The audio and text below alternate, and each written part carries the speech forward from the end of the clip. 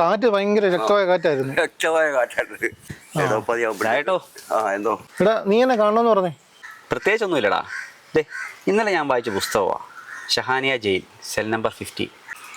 ആഹാ, എങ്ങനെയുണ്ട് വായിച്ചിട്ട്? കൊള്ളാവോ? ഞാൻ വായിച്ചിട്ട് തന്നാ പോരെ? മതിയടാ. പക്ഷെ അതല്ല കാര്യം. വേറെ കാര്യം? എടാ, ഈ ആളെ എനിക്കറിയാം. ആരെ? ഈ പുസ്തകം എഴുതിയ ആളെ, ഉസ്മാൻ. ഉസ്മാൻ മാരാത്ത് അല്ലേ? എടാ, ഞാൻ ഗൾഫിലായിരുന്ന സമയത്തെ അവിടുത്തെ ഒരുമാതിരിപ്പെട്ട എല്ലാ കലാപരിപാടികളിലും പുള്ളി സജീവമായിരുന്നു. അന്നൊക്കെ എനിക്ക് പുള്ളിയെ പരിചയപ്പെടുന്നത് ഭയങ്കര ആഗ്രഹം ഉണ്ടായിരുന്നു. എന്നിട്ട് പരിചയപ്പെട്ടായിരുന്നോ? പരിചയപ്പെട്ടോന്ന് ചോദിച്ചാ, എടാ അന്നത്തെ അവിടുത്തെ ഒരു യൂത്ത് ഫോറത്തിൻ്റെ പരിപാടിക്ക് ഞാൻ പുള്ളിയോട് പോയി സംസാരിച്ചു. പുള്ളിക്ക് സംസാരിക്കാൻ എന്തോ ബുദ്ധിമുട്ടുള്ള പോലെ, ഒരു തലക്കനം. എന്നിട്ട് ഞാൻ പിന്നെ മൈൻഡ് ചെയ്യാൻ തന്നില്ല. അല്ലടാ, നീ ഇപ്പോൾ ഇതിനെക്കുറിച്ച് പറയാൻ കാര്യം എന്നാ? ഈ പുസ്തകത്തെ അതിനെക്കുറിച്ച് വല്ലതും ഉണ്ടോ? അതൊന്നും ഇല്ലടാ. ഈ ബുക്കിലെ പുള്ളിക്കുള്ള ജയിൽ ജീവിതവും അതുമായിട്ട് പുള്ളി അനുഭവിച്ച പ്രശ്നങ്ങളൊക്കെയാണ് പറയുന്നത്. ബിസിനസ്സിൽ എന്തോ പ്രശ്നങ്ങളൊക്കെ ഉണ്ടായിട്ട് എന്തോ ചെക്ക് കേസിലെങ്ങാണ്ടാ പുള്ളി ജയിലിലാകുന്നത്. നിനക്കറിയാവോ? ആ സമയത്ത് ഞാനുണ്ടല്ലോ, ആ രാജ്യത്തെ എൻ്റെ പ്രവാസ ജീവിതത്തിൽ ഏറ്റവും നല്ല അവസ്ഥയിലോ. അല്ല, അതും ഈ പുസ്തകമായിട്ടാ ബന്ധം?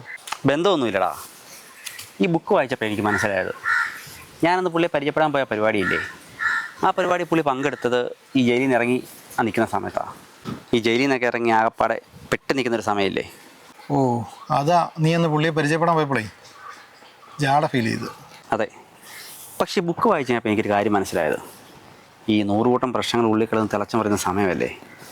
പിന്നെ വീണ്ടും എപ്പോഴും പിടിക്കപ്പെടാമെന്നൊരു ടെൻഷനും പുള്ളിക്കുണ്ടല്ലോ. അതൊക്കെ ആയിരിക്കും എനിക്ക് ജാടയായിട്ട് ഫീൽ ചെയ്തത്. മനസ്സിലായി. എടാ, ആ അവസ്ഥ നിന്നേന്നല്ല, ആരെ കണ്ടാലും പുള്ളിയുടെ കണ്ണീർ പെടത്തില്ല. എടാ, ഇപ്പം ചെറിയൊരു കുറ്റബോധം. പുള്ളിയെ നേരി കണ്ട് ക്ഷമ ചോദിക്കണം. ആ പുസ്തകം വായിച്ചാലേ നമുക്ക് അതിൻ്റെ ഫീൽ മനസ്സിലാകത്തുള്ളൂ. അതിനെന്നെ കണ്ടേക്കാലോ. പുള്ളി എവിടെയാണ് ഇപ്പോൾ ഉള്ളത്? അത് തൃശ്ശൂരാടാ, ചാവക്കാട് ഭാഗത്താണ് കണ്ടാ. അത് നമ്മൾ കാഞ്ഞിരപ്പള്ളിക്കാർക്ക് തൊട്ടടുത്താണല്ലോ. പോയേക്കാം, നാളെ തന്നെ പോയേക്കാം.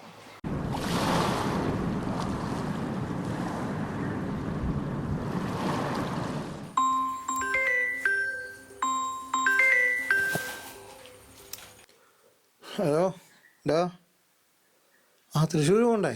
എടാ, സമയം ഇപ്പം എന്നായി? 11 മണിയായി. രാവിലെ 4:30 നമ്മൾ ഒരുമിച്ച് ഇറങ്ങാമെന്ന് പറഞ്ഞല്ലേ. എടാ, ഉറങ്ങിപ്പോയടാ. നിന്നെയും കത്ത് ഞാൻ 5:30 വരെ കാഞ്ഞിരപ്പള്ളി ടൗണിൽ ചെയ്യുന്നത്. എടാ, ഉസ്മാനൊക്കെ വരുന്നുണ്ടോ? ഞാൻ വിളിക്കാം. അനസേ, വന്നിട്ട് കുറേ നേരമായോ? ഇല്ല ഉസ്മാനൊക്കെ, ഇപ്പം എത്തിയിട്ടേ ഉള്ളൂ. അല്ല, ഒറ്റക്കുള്ളൂ? ഒരാളും കൊണ്ടായിരുന്നു, പുള്ളി വന്നില്ല. ഓ, നമുക്ക് അങ്ങോട്ട് ഇരുന്നല്ലോ. മൊഞ്ചായിട്ടുണ്ട് കേട്ടോ. ഉസ്മാനക്ക, ആദ്യം തന്നെ ഒരു സോറി ഉണ്ട് കേട്ടോ, നിങ്ങളെ തെറ്റിദ്ധരിച്ചേനെ. ഏയ്, അതൊന്നും കുഴപ്പമില്ലടാ.